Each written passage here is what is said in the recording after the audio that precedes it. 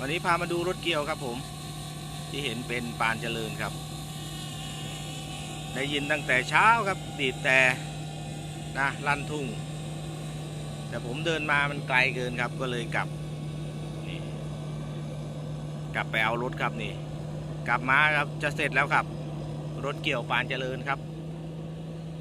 เปิดฤดูกาลคลิปแรกของผมนะครับแห่งปีนี้รถเกี่ยวข้าวครับมีแบบข้าวล้มด้วยครับเนี่ยจะพาไปดูใกล้ๆครับปานเจริญการช่างครับนี่ทุ่งกุลาร้องไห้ครับเกี่ยวข้าวล้มแปลงนี้ใกล้จะเสร็จแล้วเกี่ยวเสร็จก็คงจะขึ้นเทเลอร์แล้วครับ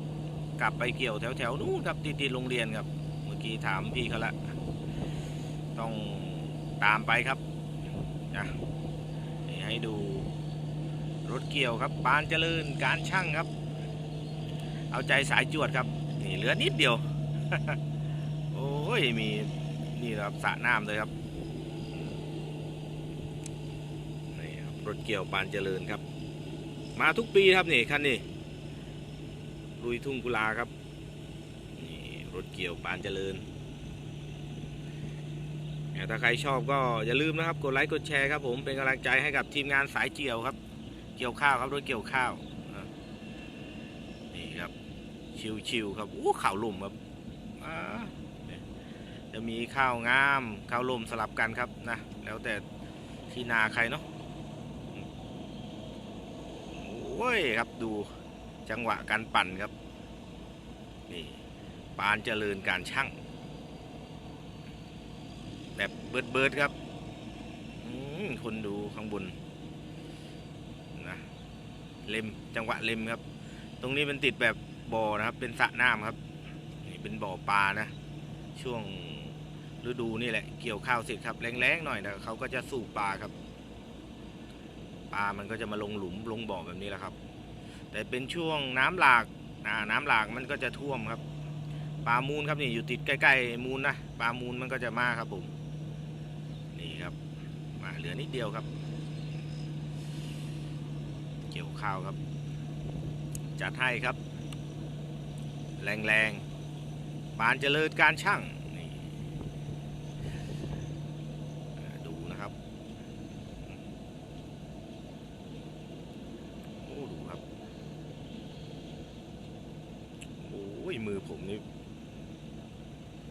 ครับ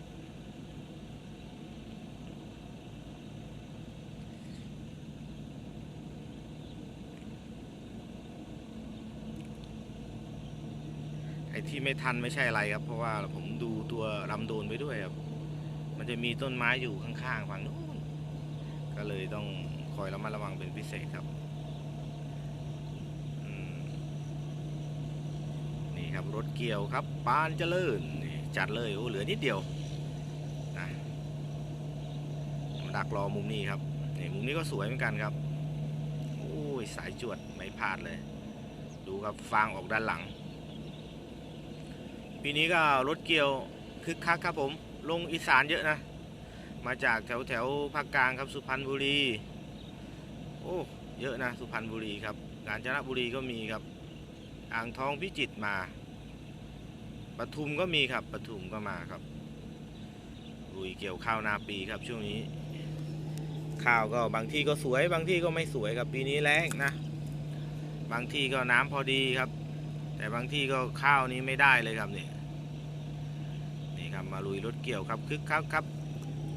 ทั้ง Facebook ทั้ง YouTube ปีนี้คึกคักเป็นพิเศษครับรถเกี่ยวครับอันนี้ผมบอกไว้ก่อนเลยผมถ่ายรถเกี่ยวมาปีนี้ก็เป็นปีที่3แล้วครับนะคันนี้ผมไม่แน่ใจว่าเคยถ่ายไหมน่าจะเคยนะครับคันนี้ครับมาโอ้ยหมดแล้วครับแถวสุดท้ายครับถ้าเป็นแบบนาแบบลุ่มๆนี่วิ่งไล่หนูนี่สนุกเลยครับนี่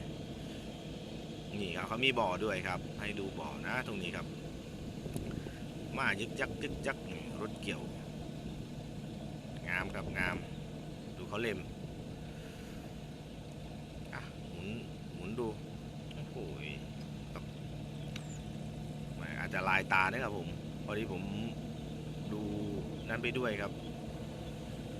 ดูตัวลำโดนไปด้วยก็เลยแบบมืออาจจะ ไม่นิ่งครับนะอาจจะขัดใจวัยรุ่นเนาะ ไล่ตาครับมาหมดแล้วแหละดูแล้วตามมาครับเดี๋ยวคอยชมแบบ EP ต่อไปนะครับผมจะตัดเป็น EP เนาะเดี๋ยวถ้าจะดูไปนานๆเดี๋ยวจะเบื่อกันก่อนมันจะอาจจะมีช็อตเด็ดช็อตอะไรครับนี่เขามาถ่ายข้าวแล้วครับนี่ครับมีรถดำครับรถดำทีมงานแถวนี้แล้วครับก็เว้นจากขนดินครับตอนนี้ก็มาขนข้าวแทนครับช่วงนี้ถ้าเป็นแบบช่วงหมดข้าวก็น่าจะได้ลงดินครับลอกนาลอกไรนี่แหละมาแล้วครับโอ้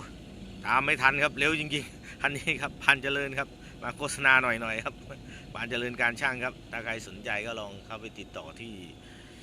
อู่ของปานเจริญนะครับรถเกี่ยวข้าวแรงๆนี่เป็นกำลังใจให้กับทีมงานครับสายเกี่ยวปีนี้มาบุกอีสานเยอะนะเขาถ่ายข้าวครับมาดูเขาถ่ายข้าวเดี๋ยวแล้วก็น่าจะมีเทเลอร์ครับมาลงครับเดี๋ยวผมจะถ่ายคลิปเป็น EP อีก EP หนึ่งนะครับ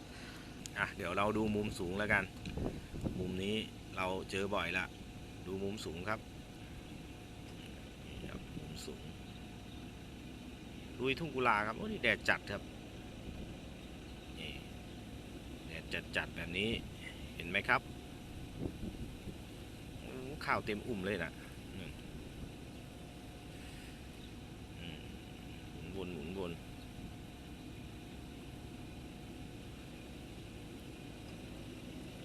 นี่ครับเห็นไหมผมมีแบบคลิปแบบมุมต่ำด้วยนะครับถ้าใครชอบเนาะเลือกเอาทั้งมุมสูงมุมต่ำครับจัดให้ผู้ชมที่ชื่นชอบครับรถเกี่ยวข้าวลาไปก่อนครับคลิปนี้ครับพบกันใหม่ในคลิปหน้าครับ